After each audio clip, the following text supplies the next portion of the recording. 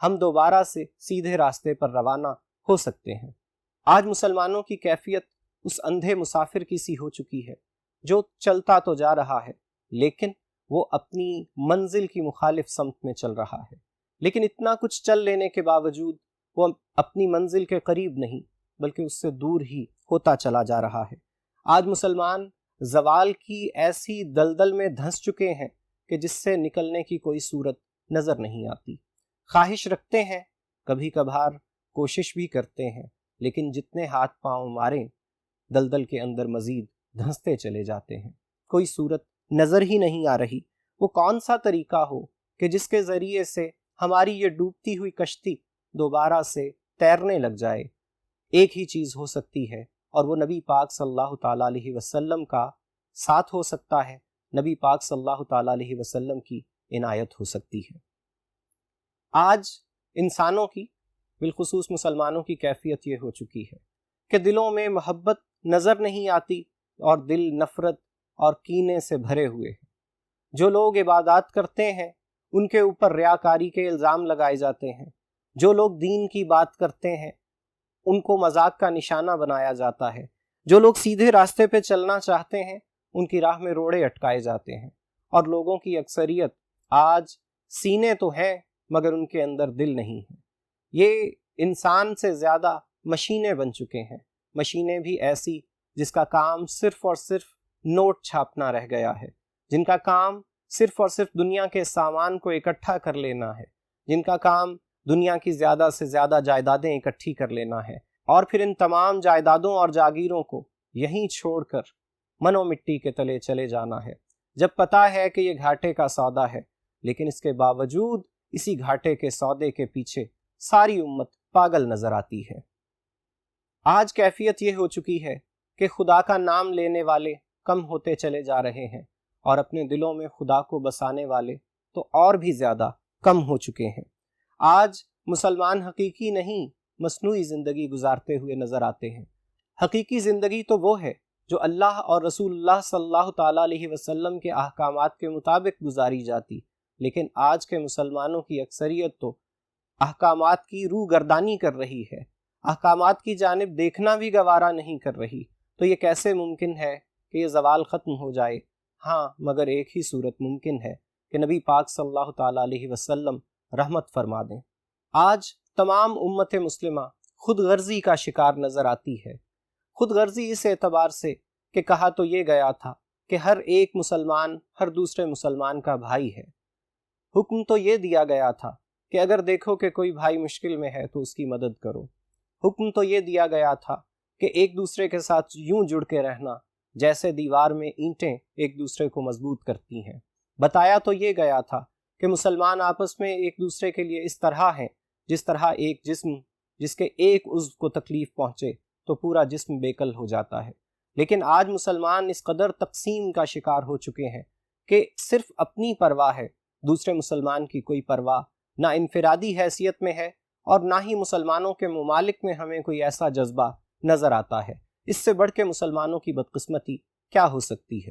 اور ان تمام باتوں کا نتیجہ کیا نکلتا ہے کہ مسلمانوں میں بے یقینی بڑھتی چلی جا رہی ہے، مسلمانوں کی بے بسی بڑھتی چلی جا رہی ہے۔ متحد ہوتے تو شاید ایسی کیفیت نہ ہوتی۔ تو شاعر یہ التجا کرتے ہیں کہ یا رسول اللہ صلی اللہ تعالیٰ علیہ وسلم، اگر آپ نے کرم نوازی نہ فرمائی تو ہمارا یہ زوال، ہمارا یہ اندھیرا کبھی ختم نہیں ہو پائے گا، تو خدا را نظر کرم کر دیجئے۔ یہ تھی شعر کی تشریح، اور اس میں استفہامیہ انداز استعمال کیا گیا ہے، یعنی سوالیہ انداز میں بات کی گئی ہے۔ تشریحی حوالہ جات پہ ایک نگاہ ڈال لیجئے۔ حضور دہر میں آسودگی نہیں ملتی، تلاش جس کی ہے وہ زندگی نہیں ملتی۔ دوسرا، اے خاصہ خاصان رسل وقت دعا ہے، امت پہ تیری آ کے عجب وقت پڑا ہے۔ تیسرا، ہر سمت ہے ظلمت میری سرکار کرم ہو، مشکل میں ہے امت میری سرکار کرم ہو۔ اور چوتھا، بہت تو نے پستوں کو بالا کیا ہے، اندھیروں میں اکثر اجالا کیا ہے۔ تو یہ تھی ہماری چھٹے شعر کی تشریح۔ آئیے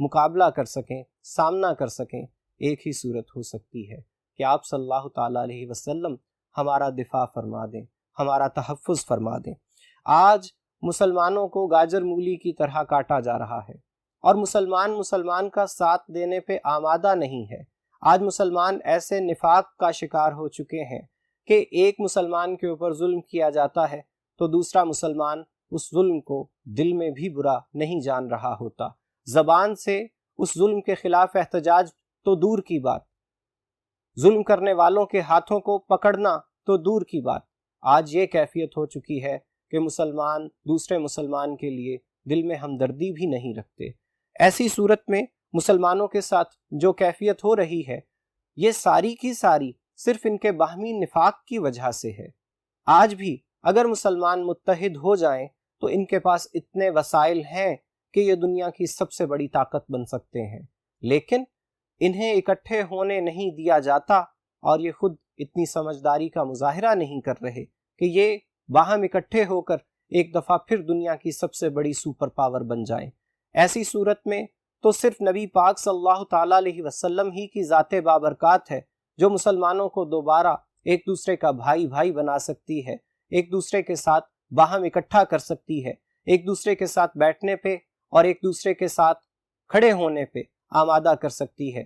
نبی پاک صلی اللہ تعالیٰ علیہ وسلم کے نام کے سوا کوئی ایسا نام نہیں ہو سکتا کہ جس پر تمام امت مسلمہ دوبارہ سے اکٹھی ہو جائے، یکجا و یکجان ہو جائے۔ شاعر انتہائی عاجزی سے کہتے ہیں کہ یا رسول اللہ صلی اللہ تعالیٰ علیہ وسلم، مسلمانوں کا یہ زوال گہرا ہی ہوتا چلا جا رہا ہے۔ مسلمانوں کے 50 سے زیادہ ممالک، مسلمانوں کے پاس معدنیات کے بڑے بڑے ذخائر، مسلمان کسی سے ذہانت میں بھی کمتر نہیں ہیں، لیکن اس کے باوجود سب سے زیادہ زوال کا شکار اگر مجموعی طور پر کوئی ملت نظر آتی ہے تو وہ ملت اسلام ہی بن چکی ہے۔ یہ بدقسمتی کب ختم ہوگی؟ یا رسول اللہ صلی اللہ تعالیٰ علیہ وسلم، کچھ ایسا بندوبست فرما دیجئے کہ ہمارے مصائب ختم ہو جائیں، امت کو ایک مرتبہ پھر سربلندی اور سرفرازی حاصل ہو جائے، ایک مرتبہ پھر دنیا میں محروم مقام و مرتبہ دوبارہ سے مل جائے، اور وہ وقت دوبارہ سے آ جائے جو ہمارے آباء و اجداد کے اوپر آیا تھا۔ حالانکہ وہ تعداد میں بھی کم تھے، ان کے پاس دنیاوی وسائل بھی نہ ہونے کے برابر تھے، لیکن چونکہ وہ آپ صلی اللہ تعالیٰ علیہ وسلم کے سچے محبان تھے، آپ صلی اللہ تعالیٰ علیہ وسلم کے راستے پر چلنے کو اپنے لیے زندگی کا سب سے بڑا فخر سمجھتے تھے، اس لیے وہ کبھی کسی سے مرعوب نہیں ہوتے تھے۔ اور بدقسمتی کیسی ہے آج کے مسلمان کی کہ وہ دوسروں سے اتنا مرعوب ہو چکا ہے کہ وہ اپنے مذہب ہی کو بھول چکا ہے، وہ نبی پاک صلی اللہ تعالیٰ علیہ وسلم کی ذات بابرکات کے راستے ہی کو فراموش کر بیٹھا ہے۔ یا رسول اللہ صلی اللہ تعالیٰ علیہ وسلم، نگاہ کرم فرما دیجئے تاکہ مسلمانوں کا یہ زوال ختم ہو جائے اور دوبارہ سے وہ کیفیت آ جائے کہ ہمارے آباء و اجداد دنیا کا سامان نہ ہونے کے باوجود دنیا کے بادشاہ تھے۔ ہمارے پاس سامان دنیا تو بہت ہے، لیکن آج ہم در در کے کاسا لیس بن چکے ہیں۔ ہم کبھی کسی کی طرف رہنمائی کے لیے دیکھتے ہیں تو کبھی دوسرے کی طرف دیکھنا شروع کر دیتے ہیں، کبھی ایک کے در پہ سر جھکاتے ہیں تو کبھی کسی دوسرے کی چوکھٹ پہ پہنچ جاتے ہیں، کبھی کسی ایک کے آگے ہاتھ پھیلاتے ہیں تو کبھی دوسرے کے آگے ہاتھ پھیلانے پہ مجبور ہو جاتے ہیں، کبھی کسی ایک سے سزا پاتے ہیں تو کبھی کوئی دوسرا سزا دے جاتا ہے۔ یا رسول اللہ صلی اللہ تعالیٰ علیہ وسلم، آج آپ کی امت بے بسی کا شکار ہو چکی ہے، ایک نگاہ کرم فرما دیجئے تاکہ امت کا یہ زوال ختم ہو جائے، اور یہ نام نہاد ترقی جسے ہم ترقی کا نام دیتے ہیں، اس نے ہمیں جس زوال سے آشنا کر دیا ہے، یہ زوال ختم ہو جائے، اور جسے ہم مادی طور پر زوال سمجھتے تھے، وہ زوال اس نام نہاد ترقی سے بہتر تھا۔ ہمیں ہمارا ماضی کسی طریقے سے لوٹا دیجئے، ہمیں مستقبل کے جو حالات نظر آ رہے ہیں اس کے مقابلے میں ہمیں دوبارہ سے ماضی حاصل ہو جائے تو ہمیں اس پہ شکر ادا کرنا چاہیے۔ مسلمانوں نے پچھلی کئی صدیوں سے صرف زوال کا سفر کیا ہے۔ اگر پچھلے کئی 100 سال کی تاریخ کو کھنگالا جائے تو ہمیں مسلمانوں کے ہاتھوں ایک بھی نئی ایجاد ہوتی ہوئی نظر نہیں آتی۔ اس سے بڑی کیا بدقسمتی ہو سکتی ہے؟ ہمارے وہ اسلاف، وہ آباء و اجداد جو بڑھاپے میں بھی علم کی تلاش میں رہتے تھے، پوری دنیا گھوم لیتے تھے کہ کہیں سے علم حاصل ہو سکے، اور آج ہماری کیا کیفیت ہو چکی ہے کہ ہم علم حاصل کرنے پہ آمادہ نہیں ہیں، ہم دنیاوی علوم حاصل کرنے پہ بھی آمادہ نہیں ہیں، اور جو ہمارے حقیقی علوم ہیں جو ہمیں دنیا اور آخرت میں سرخرو کر سکتے ہیں، ہم انہیں تو مکمل طور پر فراموش کر بیٹھے ہیں۔ ہم دوسروں پہ انحصار کرنے والے بن چکے ہیں۔ آج کیفیت یہ ہے کہ سیاست ہو یا معیشت، معاشرت ہو یا سائنس، تمام شعبوں میں ہم دوسروں پہ انحصار کرنے والے بن چکے ہیں، ہم دوسروں کے سامنے سر جھکانے والے بن چکے ہیں، ہم دوسروں کے در کے سوالی بن چکے ہیں۔ اس کے برعکس کہ ہم دوسروں کو علم سکھاتے، آج ہم دوسروں سے علم سیکھنے والے بن چکے ہیں، اور وہ علم بھی فقط دنیاوی فوائد کے لیے جتنا ضروری لگتا ہے اتنا ہی حاصل کرتے ہیں۔ اس کا مقصد بھی دنیا میں اپنی اور اپنے دین کی سرفرازی اور ترقی نہیں ہے۔ آج مسلمان بدقسمتی سے اس حقیقت کو بھلا بیٹھے ہیں کہ خدا اس وقت تک کسی قوم کی حالت کو تبدیل نہیں کرتا جب تک اس کے اپنے اندر اپنی حالت کو سنوارنے کا، سدھارنے کا جذبہ پیدا نہ ہو جائے۔ مسلمان اس کے لیے کوشش ہی نہیں کر رہے کہ اپنے حالات کو بہتر بنائیں۔ ایسی صورت میں شاعر کی یہی فریاد ہے کہ یا رسول اللہ صلی اللہ تعالیٰ علیہ وسلم، ہم تو کچھ کر نہیں رہے، ہم نے تو کوشش کرنی چھوڑ دی، اب ایک ہی چارہ رہ گیا ہے، ایک ہی صورت رہ گئی ہے کہ آپ صلی اللہ تعالیٰ علیہ وسلم اپنی اس امت، اپنی اس نادان امت کے اوپر کرم نوازی کر دیجئے، اور ہمارے اندھیروں کو اجالوں میں تبدیل کر دیجئے، ہمارے زوال کو ایک مرتبہ پھر اوج کمال میں تبدیل کر دیجئے۔ تو عزیز طلبہ، یہ تھی اس شعر کی تشریح۔ اب ہم دیکھ لیتے ہیں کہ اس میں کیا کیا شعری محاسن، فنی محاسن استعمال کیے گئے ہیں۔ ایک تو یہ کہ اس میں استفہامیہ انداز، وہی سوالیہ انداز، اور صنعت تضاد کا استعمال کیا گیا ہے، شب اور سحر کے الفاظ استعمال کیے گئے ہیں، جبکہ مجاز مرسل کا بھی استعمال کیا گیا ہے کہ استعمال کیے گئے ہیں الفاظ شب حالات کے، جبکہ اس سے مراد ہیں خراب حالات۔ تو اب تشریحی حوالہ جات پہ ایک نگاہ کر لیتے ہیں۔ امت کو عروج پھر عطا ہو، غم سے ہے بہت نڈھال آقا، یعنی نبی پاک صلی اللہ تعالیٰ علیہ وسلم سے فریاد کی جا رہی ہے کہ ایک مرتبہ پھر عروج عطا کر دیا جائے۔ دوسرا ہے پھر سر افراز ہو امت آخری، ختم ہو یورش ابتلا یا نبی، یعنی آخری امت جو زوال کا شکار ہو چکی ہے، ایک مرتبہ پھر اس کا سر بلند ہو جائے۔ تیسرا، اے باد صبا کملی والے سے جا کہیو پیغام میرا، قبضے سے امت بیچاری کے دین بھی گیا دنیا بھی گئی۔ چوتھا، پستی کا کوئی حد سے گزرنا دیکھے، اسلام کا گر کر نہ ابھرنا دیکھے، یہاں پہ مراد امت مسلمہ کی موجودہ حالت ہے۔ تو یہ تھا ہمارا 7واں شعر، اور اب ہم آخری شعر مقطع کی جانب بڑھتے ہیں۔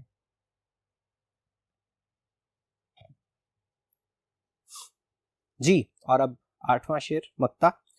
در پہ پہنچے کس طرح وہ بے نوا بے بالوں پر، ایک نظر تائب کے حال زار پر خیر البشر۔